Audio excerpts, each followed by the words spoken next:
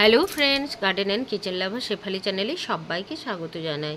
তো আজকে আমার গ্রাউন্ডে বাগানে বেশ কিছু ভুট্টা চারা লাগাবো, বরবটি চারা, এবং এখানে আমি আদা গাছগুলো বসাবো। তো 1 মাস আগে থেকেই কিন্তু আদা প্রস্তুত ছিল। দেখুন, ভুট্টা বীজ থেকে এইভাবে ডিসপোজাল গ্লাসে আমি চারা করেছি। আর লাউ চারাগুলো দেখুন একটা দুটো বেরোচ্ছে। একদিন রাতে ঢোকাতে ভুলে গেছিলাম, তো তার ফলে ইঁদুর এসে কিন্তু গাছটা খেয়ে চলে গেছে, আর কয়েকটা ভুট্টা চারাও খেয়ে নিয়েছে।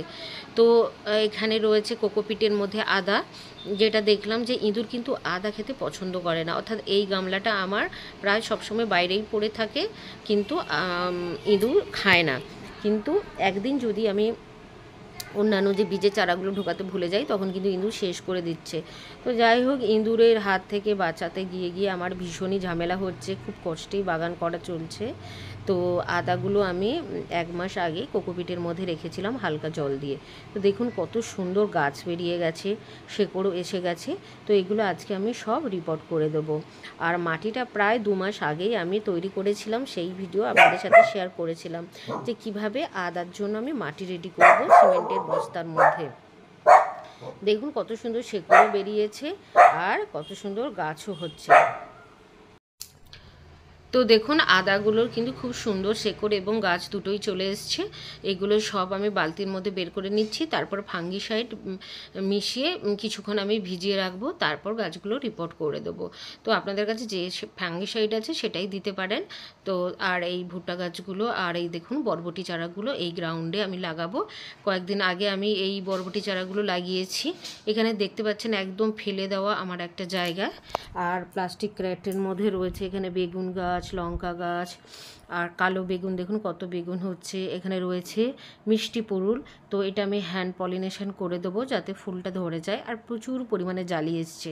এখানে একটা নারকেল দড়ি দিয়ে আমি মাচা বানিয়ে রেখেছি পুরুল, বরবটি এবং লাউ গাছ তোলার জন্য। তো লাউ চারা তো ইঁদুরে খেয়ে গেল, আবারও নতুন করে দিতে হবে। আর এখানে রয়েছে এলাচ গাছ।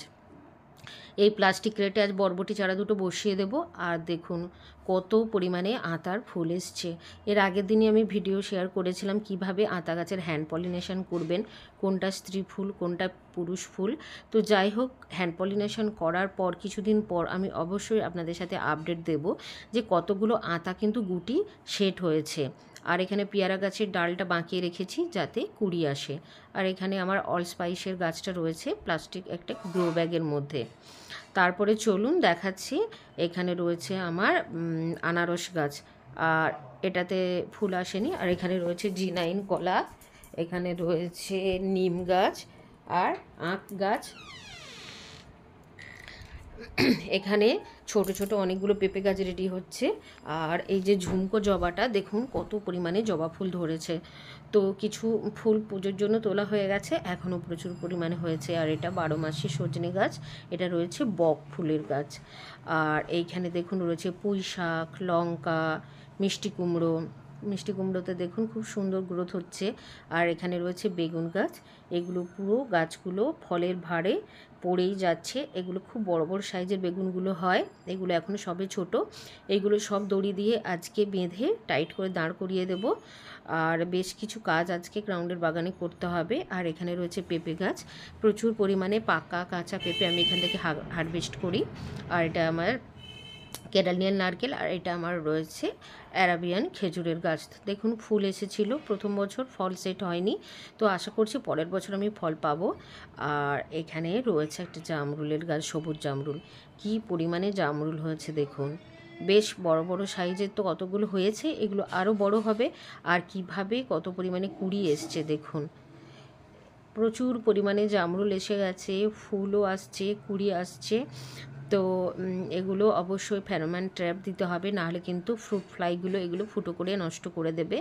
আর দেখুন বাইরের দিকেও কিন্তু প্রচুর পরিমাণে জামরুল অলরেডি ধরে গেছে আর প্রচুর কুড়ি এসছে। তো আমার গ্রাউন্ডের বাগানটা পুরো একদম ফল গাছে ভরে গেছে। একদম ছোট্ট একটা 1 ডেসিমেলের মতো জায়গা, তার মধ্যে এত পরিমাণে গাছ রয়েছে।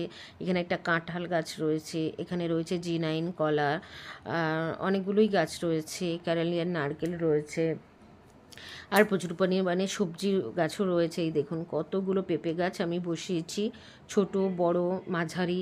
সব রকমের। আর ইঁদুরে দেখুন এই বেগুনটাকে পর্যন্ত কিভাবে খেয়ে গেছে, একদম গোড়া থেকে বেগুন ধরা শুরু, বড় বড় সাইজের বেগুন হয়। তো এটা ইঁদুরের জন্যই রেখে দিলাম, তো এটা ইঁদুর খাক। আর বক ফুলের গাছটাও দেখুন কত সুন্দর ঝোপালো হয়েছে, তো বক ফুলগুলোকেও কিন্তু খেয়ে যাচ্ছে, এটাই হচ্ছে কষ্টের। আর এখানে রয়েছে আমার একটা কাটিমান ম্যাঙ্গো। আর এখানে ছোট ছোট পেঁপে গাছ তো আমি প্রচুর লাগিয়েছি, আর এটা হচ্ছে সাদা জামের গাছ। আর দেখুন এখানে পেঁপে আর আখ রয়েছে, প্রচুর আখ হয়েছে। আর এখানে তো রয়েছে আতা গাছ এবং আমার পেয়ারা গাছ। আর দেখুন এই যে আমি ফাঙ্গিসাইড মেশানো জল থেকে আদাগুলো তুলে নিচ্ছি। আর এখানে প্রচুর ঘাস ছিল, পরিষ্কার করে দিয়েছি। এই যে মাটিগুলো 2 মাস আগেই রেডি করা ছিল, এখানে আরও কিছু আগাছা জন্মে গেছে, সেগুলো তুলে ফেলে দিয়ে মাটিগুলো খুব ভালো করে খসিয়ে নেবো। দেখুন মাটিগুলো ঝুরঝুরেই আছে। তো এখানে আজকে আদাগুলো আমি বসিয়ে দেবো, চারাগুলো। তো দেখুন এইভাবে কিছুটা মাটি আলগা করে আদাগুলো এইভাবে দাঁড় করিয়ে সাইড থেকে মাটি চেপে দিচ্ছি। তো আদা গাছগুলো যখন আর একটু বড় হয়ে যাবে তখন আবারও কি পরিচর্যা অবশ্যই আপনাদের সাথে শেয়ার করব।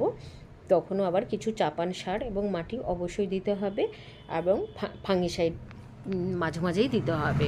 তো আগের বছর যে আদা লাগিয়েছিলাম প্রচুর আদা পেয়েছি, প্রায় 4-5 মাস ধরে আমার ঘরে আদা কেনার দরকার হয়নি, আমার বাগানের আদা দিয়েই খাওয়া চলছে। এবং তারই প্রায় 700-800-র মতো আদা আমি আজকে এই 10টা বস্তার মধ্যে বসাবো, সেগুলোই চারা করতে দিয়েছিলাম। একটা আদাও কিন্তু আমি বাজার থেকে কিনে বসাচ্ছি না, এগুলো নিজেরই বাগানে হওয়া আদা, একদম দেশি আদা। তো আর দেখুন ছোট ছোট কতগুলো পেঁপে গাছ বেরিয়েছে, সব বীজ আমি এইভাবেই ছড়িয়ে রাখি। অনেক সময় অন্য জায়গায় চারা হলেও এসে বসিয়ে দিই। দেখুন ছোট বড় মাঝারি সব মিলে প্রচুর পেঁপে গাছ রয়েছে, যাতে সারা বছর কোনো পেঁপের না ঘাটতি হয়। তো তারপর দেখুন সেই জবাগুলো কত পরিমাণে ফুটে গেছে। আর এখানে বেগুন গাছগুলোকে আমি দাঁড় করিয়ে দিয়েছি, দেখুন কত পরিমাণে বেগুন ধরছে। আর এখানে দেখুন রয়েছে টমারিলো, সেই আসামের টমেটো। আর এখানে একটা আতা গাছ বীজ থেকে এই চারাটাও আমি এখানে বসিয়েছি। তো গাছটা দেখা যাক, বড় হলে তখন অবশ্যই আপডেট দেব। আর বীজের আতা গাছ থেকেও কিন্তু খুব সহজেই আপনারা 2 বছর 3 বছরের মধ্যেই কিন্তু আতা পেয়ে যাবেন। তার ভিডিও অবশ্যই আপনাদের সাথে আমি শেয়ার করি এবং করব। তো কেমন লাগলো অবশ্যই জানাবেন।